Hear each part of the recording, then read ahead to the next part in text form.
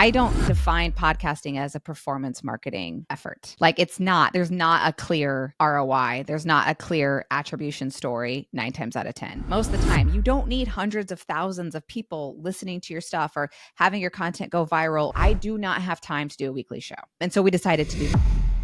Hey friend, welcome back to this week's episode of Distribution First. And I am so happy to have my friend, Rachel Downey, who is the founder and CEO of Share Your Genius, come on. And we are going to talk all about podcasting, how you can use a podcast in 2025. It's not as intimidating as you probably think. Rachel has worked with some of the best companies out there to be able to create podcasts. And really what drew me to you and probably you to me a long time ago, Rachel, was like the shared vision of how you can use a podcast as way more than just a podcast. So just happy to have you on, Rachel. Thanks for having me, Justin. I'm excited to dig in. Absolutely. Yeah, I am so excited. We've talked a lot. I've talked with folks inside your company. We've jammed on podcasts and repurposing and distribution and all that stuff. So I think for me, though, I would just love to start with sort of where you work with so many different companies doing podcasts, a lot of different industries. And I think sometimes people get hung up on what a podcast even is. Like a podcast is this or that, or it's got to be a weekly show, or it's got to be. So maybe just kind of talk through to start, like somebody comes to you and says, Rachel, like I'm thinking about doing a show. I'm thinking about doing something this year. What's your advice for them? Yeah, and there's so much that you even said in that lead up that we could debrief, right? Like what is a podcast and how are people defining it, and if it's oversaturated and all that kind of stuff. So I'm sure we'll get back to some of that. But the first thing I ask them is, what are you attaching this effort to? What is the outcome you're looking to achieve? And I think as marketers, as executors of marketing strategy, I think there's so many things that you're hoping your things achieve. You know what I mean? Like for your company. And we typically I like to say we're working with brands who have limited resources that want to content smarter without sacrificing quality. And the reason I even say that is because a lot of times our clients are saying we want all of these efforts attached. And so I always coach people to say, pick one, and then we can think through distribution and we can think through all the other things that we can do to help you achieve the other ones. But typically I'm saying there's one of three things that somebody's saying that this is the effort they're attaching their show to. And it would be build brand, drive demand, or grow an audience. And so all of those things our clients are saying, oh, we want all of them. And I'm saying, pick the one, and then we can go from there. So that's kind of how we try and frame it so that we get the most juice out of the squeeze, if you will, of the show.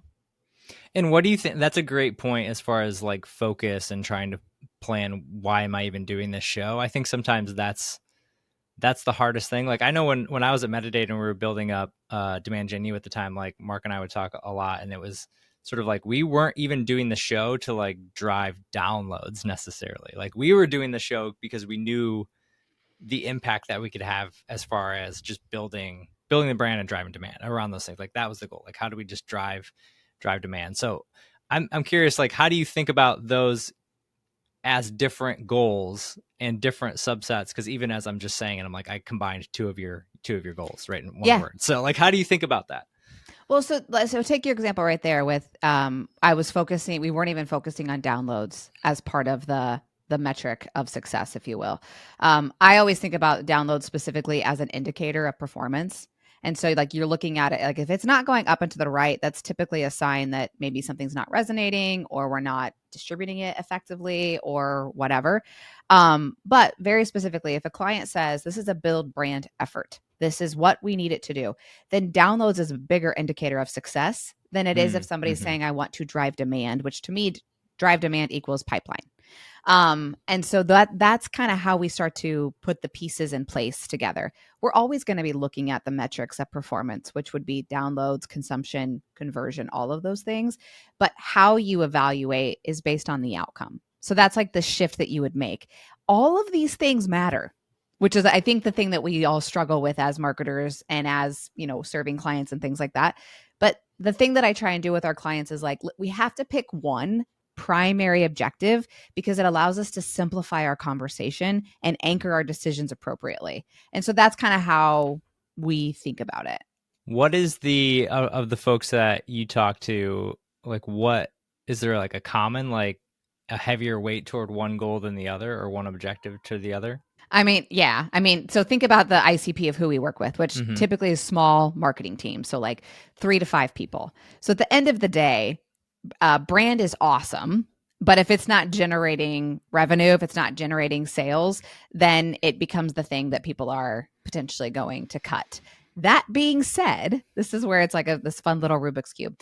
That being said, I don't define podcasting as a performance marketing effort.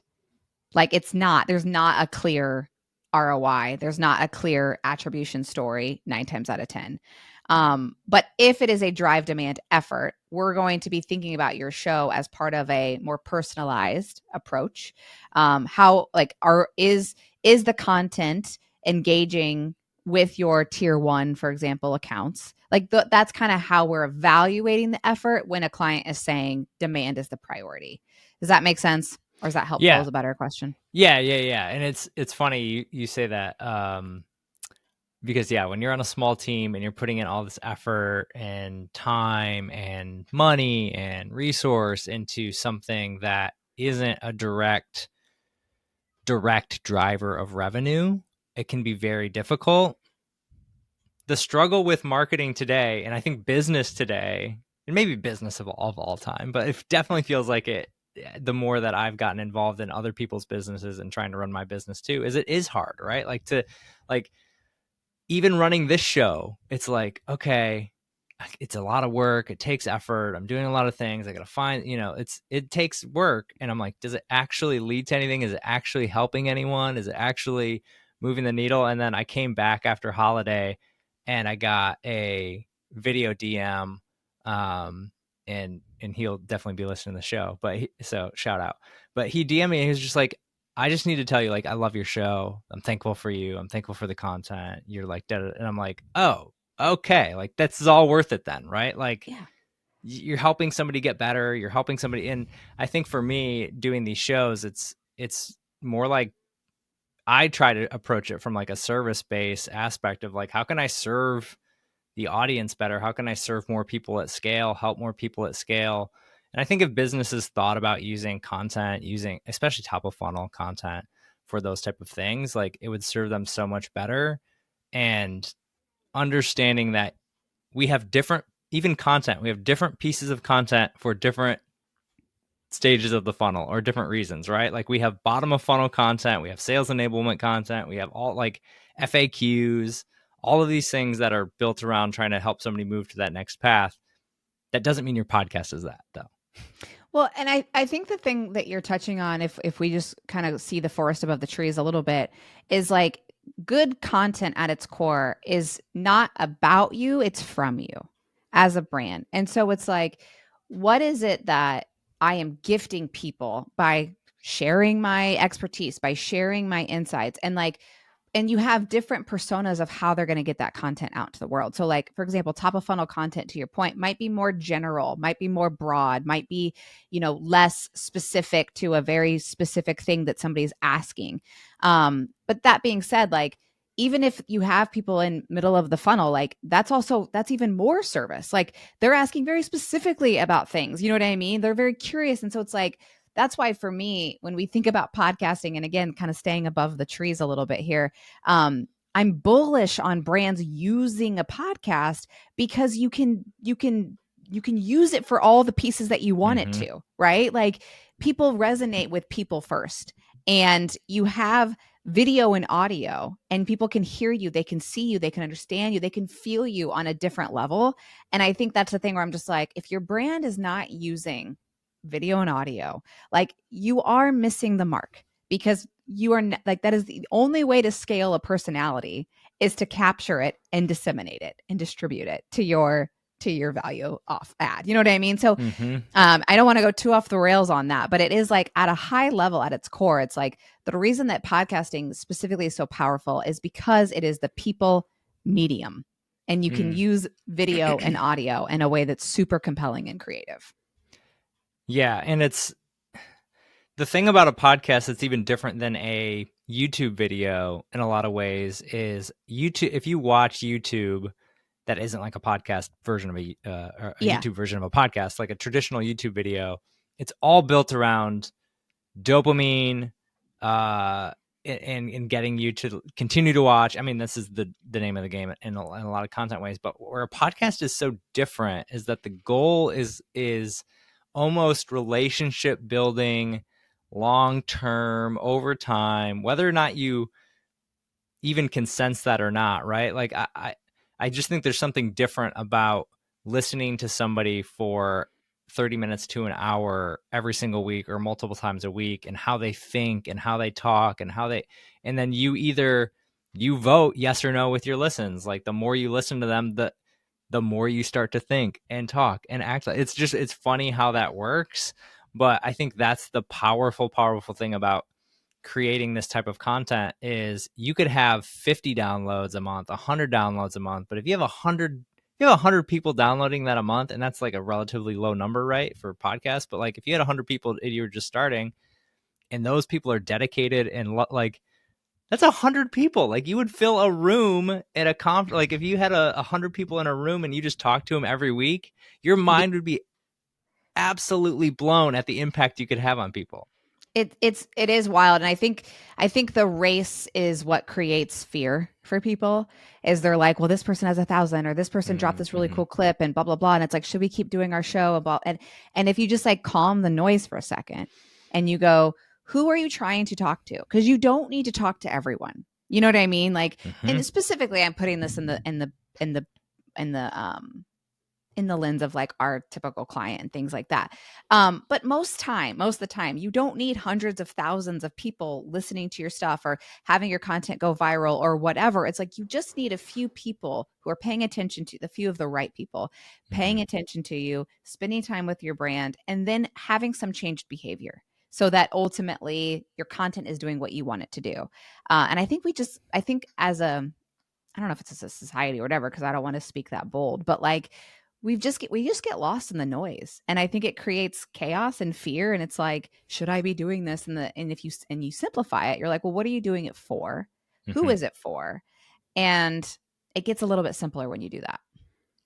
Yeah, there's so much noise. I think as a society, like just the FOMO of we are inundated with content all the time, and when you're inundated with content all the time, you're sort of just naturally trying to, like, our brains are just wired for pattern matching, and so we're just trying to find the patterns. And so you're seeing like this really cool piece of content, or this really cool thing, or that's interesting, or that's different, or that thing really took off. And so I think all of those things in the planning process make sense of like what is working, what isn't working, what style should we, but like once you get on that path, you really do need to put blinders on, in a sense of Yes. like the daily rhythms. I think there's always time, like in the distribution first framework, the third phase is optimization, because you need to optimize before you can maximize. And so when you like, there's room to optimize, there's always needs to be room to, after we start executing, to look back and see what's working and make sure we're on the right path. But we can't be optimizing every week, we can't be optimizing every month at that macro level, at that core content level. Like we need to have a little bit more trust in in where we're headed and what we're doing. And that's true for me too, where you start looking at different things, you're like, man, that's really cool content, I should be doing something like that, or that's really good. Mm-hmm. And it's like, that is great and that's awesome for them and they're doing that. But on the flip side of that coin, you have zero clue whether or not that's working. Really, you don't. Mm-hmm. You don't know if the amount of time, effort, money that they had to put in to get that thing produced. I mean, there's just all of these factors that we don't know, but we just assume it's the same amount of effort that I have, it's the same amount of things, and therefore maybe I should pivot to that. Yeah, I think the pivot is the problem, right? It's like you're pivoting too soon. And it was funny over the, we're airing this in January 2025, and we just had the holidays and things like that. And one of the movies I watched over the holidays was The Holiday. That movie with Cameron Diaz and Jude Law and Kate Winslet, whatever. Jack Black.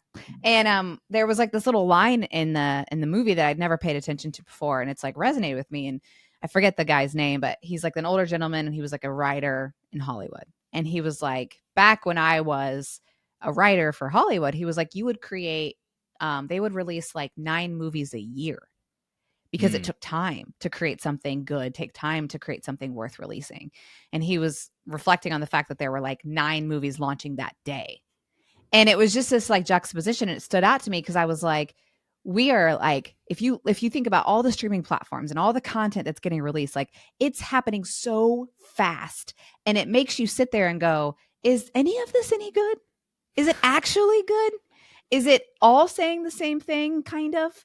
And it kind of gives you that moment of pause of like, are we pushing out content as opposed to thinking about the impact you want it to make, and kind of slowing it down a little bit. And I think there's a wave happening where people are starting to create some more intentionality around their programs. And I think that you're spearheading this with your distribution first and like create something great and reuse it. Like I think more people are wrapping their arms around it, because I think at our core as humans, like we do want to be a part of something great. And we don't want to just be machines cranking out noise. Like we want to be part of that. And so I think when we think about podcasting in 2025, like in the bigger question that you asked, it's like building the program, that you want to sustain, and then building a program that is in line with the brand values that you have. And then it's like, say yes to the things that you're saying yes to and just stay the course, because it's like, you can't always be zigging and zagging and you know what I mean? And pivoting and all that kind of stuff. And to me, it's just like, it's more about consistency, sustainability, and then evolving things over time as they make sense.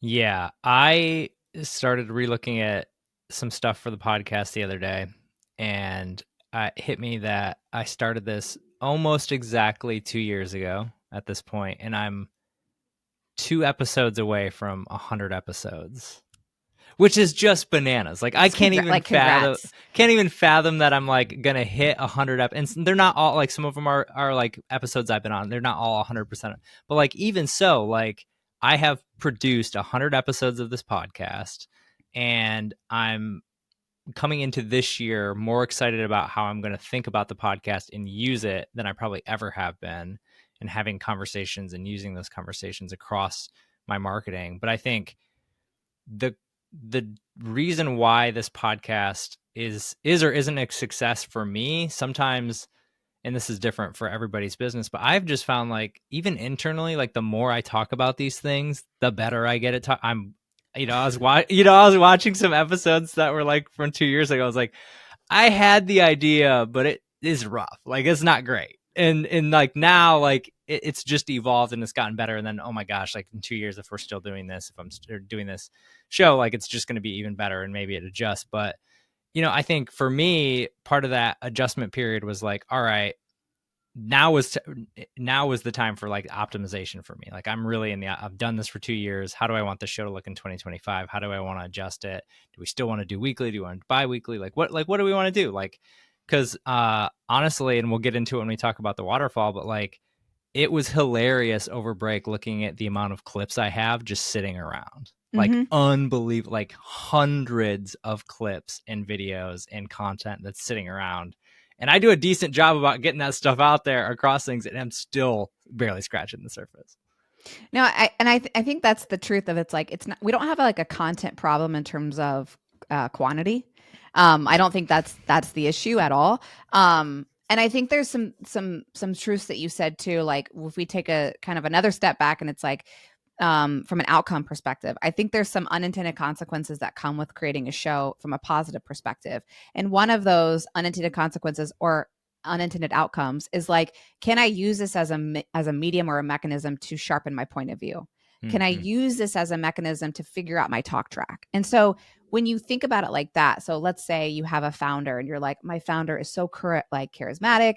She's amazing. I wish that I could get her out into the market more. She doesn't know what she wants to talk about. When I want to put some PR effort around her, like those are just, and you could be like, you know what, we're going to create a show so that she can get on the mic and talk to as many people as she can that makes sense for her schedule. It's going to allow me to highlight her personality, grab a few clips that really just kind of help her shine or put the guest in the spotlight, and it allows us to be associated with that person.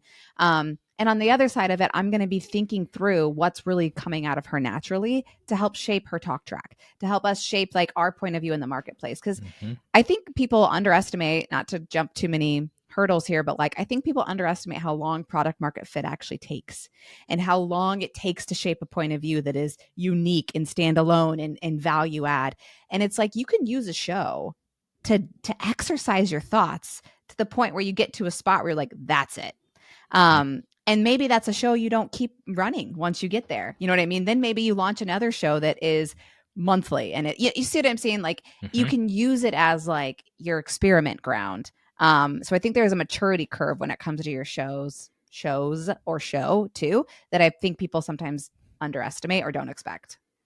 And I think that's where podcast, again, we were talking about like what is a podcast at the very beginning, but I think it's whatever you want it to be in a lot of ways, right? Like, and Yeah. you can, like, you can frame it up with, hey, this is a 12 episode serialized show where we're going to go through this, this, and this, and I'm going to interview, you know, my friends about whatever, right? Like, you could do that, and then you could distribute that for the rest of time, and you would only have to create 12 episodes. Or you could do seasons, or you could do, you know, the chaos that I do, which is just, hey, I've committed to do this every week. Let's go. So you know, and we just cruise on it from that perspective. But yeah, I think being able to flesh out POVs is one of the first things that I work through with companies when I talk about distribution in general, because you need to have some guardrails on like when we go to distribute this content, why does anybody care? Like why does anybody care about what you have to say about this thing? Like what are those unique experience that, and all that stuff pulls in to the podcast. It's not just man, it's not just like spouting off a random take or trying to just sound like everybody else, or just like there's got to be some through line to, and then ultimately again the through line to your services. Like I think for you, like you're a great example of this as a small business of like what you talk about is what you do. Yeah. Like like it's sort of that simple, but like here's how you should be thinking about using a podcast. It's not just one thing. It could be all these things. Here's how, and then here's how to do that. And then, oh, by the way, if you like you want to do this on your own, go off. You're awesome. I would love for you to go see success. If you need help, come on. I can help you do that. Right. It's like Mm-hmm. at a very basic level, that is where it's at. Well, so even simplifying that, even further, it's like they even say, like, if you're a writer, it's to be a great writer, you write what you know. To be a great storyteller, tell the stories you know, tell the stories you have, share the moments of your life. Like, those are some of those fundamental, rudimentary things that we forget. Like, we're like, it has to be this big production, it has to be this thing, and it's like, actually, it doesn't. You Mm-hmm. know what I mean? Now, but it doesn't have to be about you, it has to be from you. You know what I mean? So I think that's the only shift that I would say. It's like, if you're questioning, what do I write content about? What do I develop my show around, et cetera? It's like, do it about the thing that you know. And if you're still figuring out the thing that you know, then to say that. You know what I mean? Let it be a curiosity chaser and you're figuring it out. And I think that creates some release of pressure a little bit of just going, it doesn't have to be 100% yet. And I think, to me anyways, that releases some pressure. And it allows you to honestly stay vulnerable in the content creation itself. And when you do that, more people like it anyway. So Yeah, and yes, more people like it. It makes you relatable. It helps you understand, like, and it's un like nobody can copy your story. You yes. know, like you like this is where like when I talk about foundational work inside of distribution and using content, you have to have your themes. You have to know what you like generally want to talk about. So repurposing, distribution, content marketing, smarter marketing, all that stuff. Like you have to have those kind of like lanes so you're not everywhere. But then you have to know like what stories do I have from my life that I can speak into. And I've got like five just right. Let me just pull them out Yes. here and like serve them up, right? Like anybody who's listening to the show know I went from a content team of 10 to a content team of 1. Like knows I had to go from a team doing all this stuff to now I'm trying to figure out how to do a podcast on my own. What does that look like? All of those type of things. And so like how can you have those stories and those experiences that nobody else can copy and nobody else can duplicate? It's your experience, it's your take. And I think being comfortable in that and sharing those things only is going to serve you better in the long run. Well, and to that end too, it's like, I could hear somebody saying, Well, we're still figuring out our product. We're still figuring out our roadmap. We're still figuring out our service. How do we tell stories when we don't yet know the story to tell? Well, then you ask your customers and you talk to them. And again, you don't make it about the widget. You make it Mm-hmm. about everything else leading up to the decision to make this decision to work together. You know what I mean? And so I think that's something else that people really should take away from kind of the simplicity of what we're talking about when it's like how to use the show and how to use the stories that you have access to make something good. And also the thing that I think is interesting is like good is also subjective. So, you know what I mean? So like the thing that I won't go on in my soapbox in this moment, but the thing that I also think about there is because content is also subjective. When I'm creating or when I'm engaging or when I'm just looking out into the world and seeing what's out there, I like to ask myself, am I being a critic or am I being critical or am I having critical thinking? Hmm. And so, Notion launched this whole thing and there was like all this chatter about whether it was good or not. And it was like, actually, who cares if it was good? What was the impact it had? And then who did it activate? And just like sort of framing it from like, am I being a critic or am I am I using critical thinking here? I think is also another empowering thing to think about as you launch whatever content programs you're doing, podcasts, videos, etc. Yeah. Oh, we could go down rabbit Yeah. holes for days on just that alone. But I would love to. I said I would pivot us to where we need to. I'd love to pivot into one of the things that you talk about and we've talked about in the past is using a podcast as sort of the tip of the waterfall, right? The tipping point where at the end all this other stuff can come off of it. So we've talked a lot about like foundational work around using a podcast, but I'd love to get tactical and practical and have you walk through like, here's what it looks like to use a podcast in the right way in 2025. Yeah. So again, the right way is subjective. I'll say that, but I'll use something that we're going to launch because I think that it's a little bit different than like it's a different use case of a podcast. But so for Sherry Genius, we are going to launch a 60 to 90-minute kind of podcast episode that is going to be audio. It is an audio episode, and it's me kind of sharing our point of view. It's kind of like our manifesto of all the things that we think about as it comes to a podcast. So we're going to take that, and I don't know if you would call this cornerstone. You might call this cornerstone content. And then from that, I'm going to create several blogs to help fuel kind of like that core content. And then we're going to make a whole bunch of clips. And the reason we're going to be able to create clips and social copy from that is because I'm doing it as an audio release. I'm also going to record it with video, but it's not going to be part of the final kind of long form audio experience. But I'm going to record it in batches, wearing different shirts and things like that, so that I have like different sets that I can execute on those clips for. So that's like one use case of going, look, I'm I'm a mom, you know what I mean? Like I'm running this company. I still do client work. Like I have lots of things that I need to do. And so it's very hard for me as myself in my role to actually commit to doing a weekly show. It's just challenging for me. And weekly shows require commitment to the process, but it also requires timeliness. Like if you get too far ahead, all of a sudden your content could be out of date or insensitive or something. And so it's like you don't actually want to get too far ahead from a weekly cadence perspective. So that's one of the other reasons I'm like, weekly is not always right for you.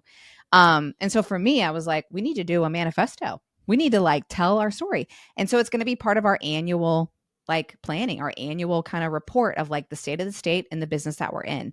And I'm going to do it that way. And it's going to fuel our content calendar for 6 to 12 months. So that's like one example of how you can tactically do that.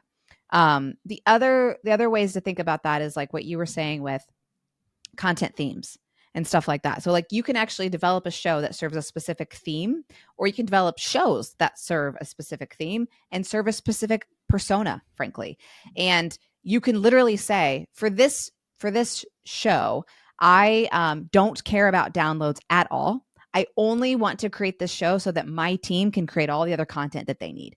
I'm going to put it out there as a feed that people can discover and find, but it's actually just a feeder to create our written content or our social clips or our social copy. So that's like one tactical way. And then you make the decision there and you're like, I might spend money on a agency just to help me produce it, but I'm not going to spend a bunch of money on making it the most different thing in the entire world with all of these brand elements and blah blah blah. I'm not going to put a big launch strategy budget behind it because the outcome is literally just to fuel the content engine with a consistent message that's going to go across all of my channels. And so that's kind of like a, a framing of that. On the flip side, you could have somebody like Devin Reed, who just launched season 2 of Read Between the Lines. It's very high production. It's very high value. He's going to make a big splash about it, but he's also that's not a weekly show. It is a season approach that he gets to invest his creative energy into, take some time. You see what I'm saying? So it's like, it literally all comes back down to, what am I trying to accomplish? And then what's the right program based on what is sustainable, that allows us to be consistent and that we can execute. Those are the framing things that I always like to come back to.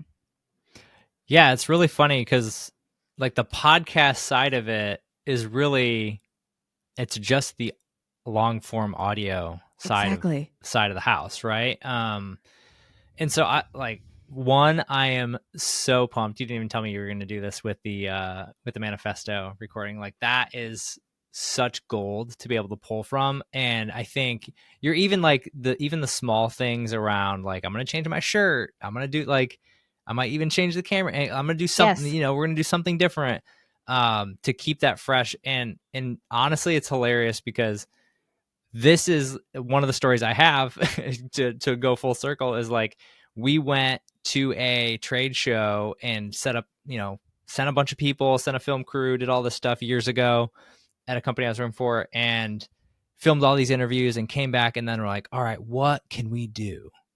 And it was like, nothing. Like, some of this is really bad. Some of this is like not actually for our audience, or this wasn't it was awesome in terms of like execution and us going and getting things, but there was zero forethought in how we're going to use this. And that's like what you said there, is like, that's distribution first. Like, I am going to think ahead, and it might not be like you don't know what clip you're pulling yet. Like, that doesn't Right. matter. Like, that'll come down the road, but well in advance, like, here's what I'm going to do. Here's how I'm going to use it. Here's how it's going to fuel everything else.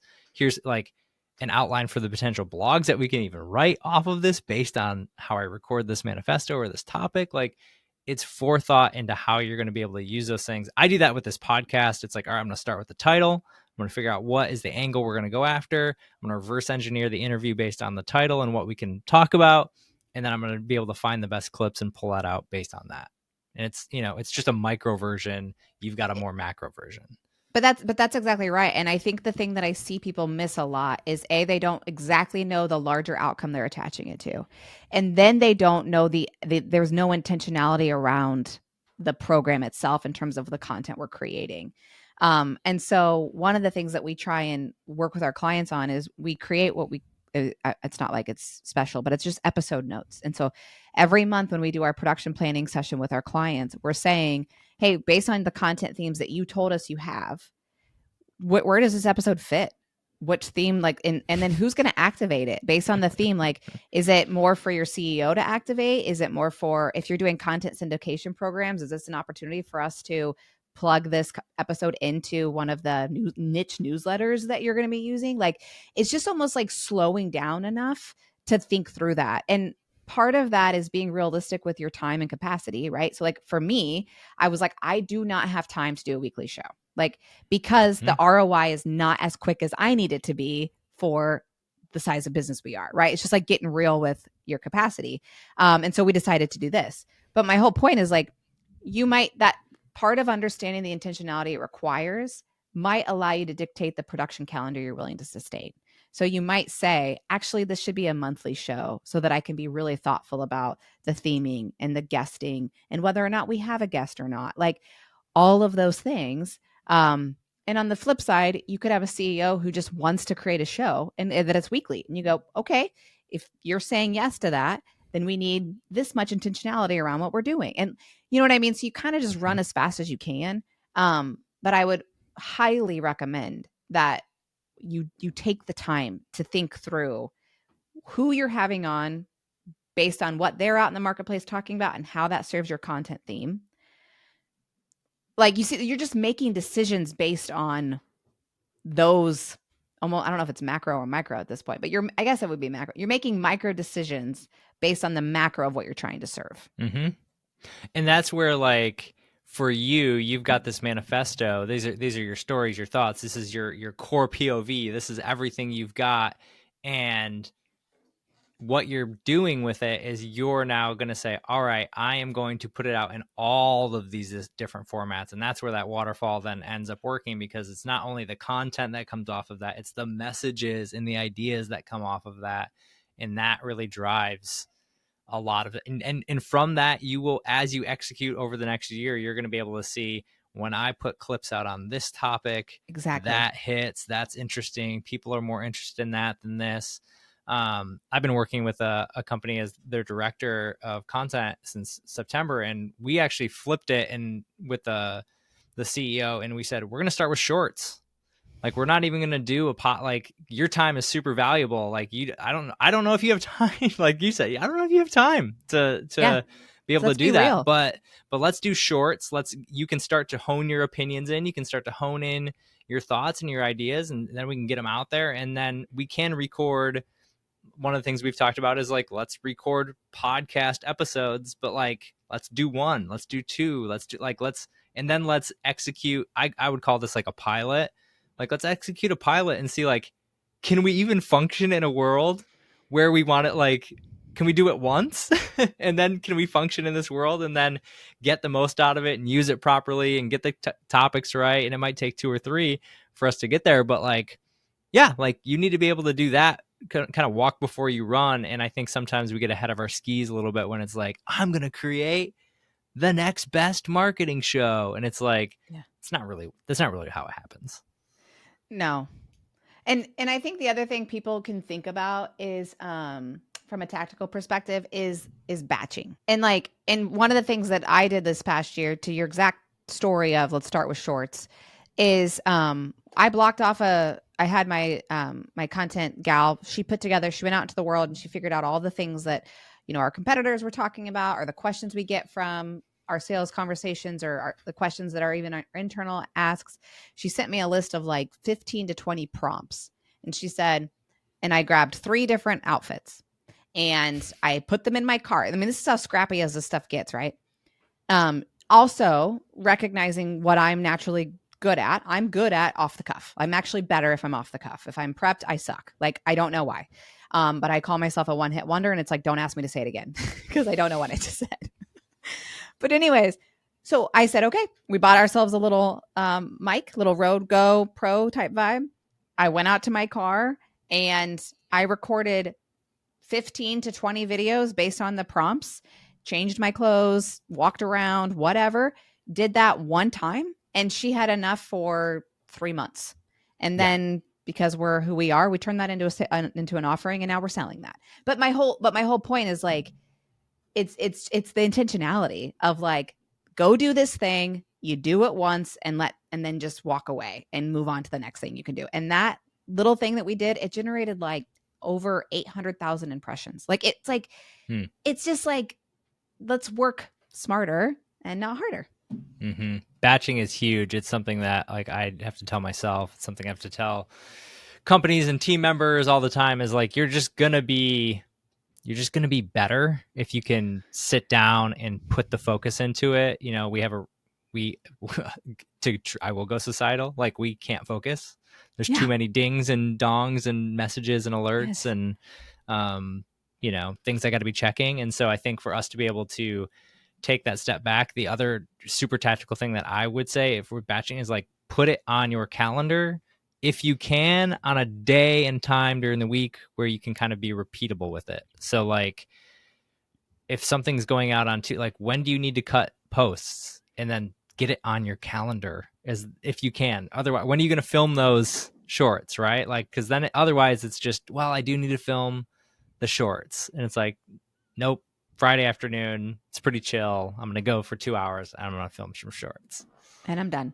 Yeah. It to me, it's like intent versus outcome. It's like, what are you like? It doesn't matter if you didn't go to the gym or not because you wanted to. Like your body didn't get the exercise, so it doesn't matter that you thought about going. What matters is if you actually did. And it's the same idea. Like maybe you'll only have energy to walk on the treadmill for 30 minutes versus doing a whole 90-minute whatever. Same thing with content. It's like, what are you able to actually do? Just do that, and then grow, build it over time. And that's so, I mean, I use the gym analogy all the time with content because it's so true where it's, you don't have to have the yoga class, the HIIT class, the 5 mile, run club and what like, but that's how people think about their content marketing split of like, I need to do the SEO and I need to do the podcast and I need YouTube and I need to do this and they all need to be different and I need to do my webinar and that's different. And it's like, you just need like one or two core things that you just execute on at a very high level. And then on the distribution side, when you actually put it first and you have what I would call a content floor to be able to share that stuff out. Like, okay, you're on these 2-3 channels. Where are you sharing that out every week? And then you just fill in the gaps with what you have. Like if you do a webinar, I'm going to plop in, 3 clips here from this webinar or adjust things. Or you did the podcast. Okay, now we're going to, but man, every week I'm sending an email. Every week I'm on LinkedIn and every week I'm on YouTube, right? Like if that was 3 places where you were at and you were just consistent and you had enough to be able to fill that in, you would be executing at such a high level. And the other funny thing with that is it's a perception of like, wow, you're all over the place. Like it's just a perception, and then that perception becomes reality. 1,000%. And I know we're getting at time here, but I think at the end of the day, it's I like run this show, Rachel. We can go as long as we need to. I can do what I want. But I think at the end of the day, it's like behaviors generate the outcomes. And so it's like pick the things you're willing to say yes to, like we've said, and just consistently do that. Pivot as you need and evolve it as it goes. Love that. If there were 3 things that you think somebody, if they're just trying to figure it out, is that it? Or are there other things? Like, is there 3 things where you're like, all right, here's what I think. If somebody came to advice and said, I'm looking to do a podcast this year, like, what are those 3 things you're having them look at? First of all, I would tell them, yes, you should. But first I would say, what outcome are you looking to attach this to? What is the consistent behavior you're willing to sustain and can sustain? And then the third thing is, which channels are you going to distribute it on? And don't pick them all. Like pick 1 or 2 that you're really looking to maximize and grow before you think about the scale. Fire. Love it. Absolutely love it. I think those things are great. It's literally all the advice that I give to Rachel. So I know, literally, I'm like, we're the same mind person. If anybody wants to come just talk about this stuff, talk about with me and Rachel. We could jam on this for all day long. But Rachel, this was a blast. Thanks for coming on. It was so fun to catch up again and see you, and we'll have to do it again. Because it's my show. I can do whatever I want. Thanks for having me, Justin. Awesome.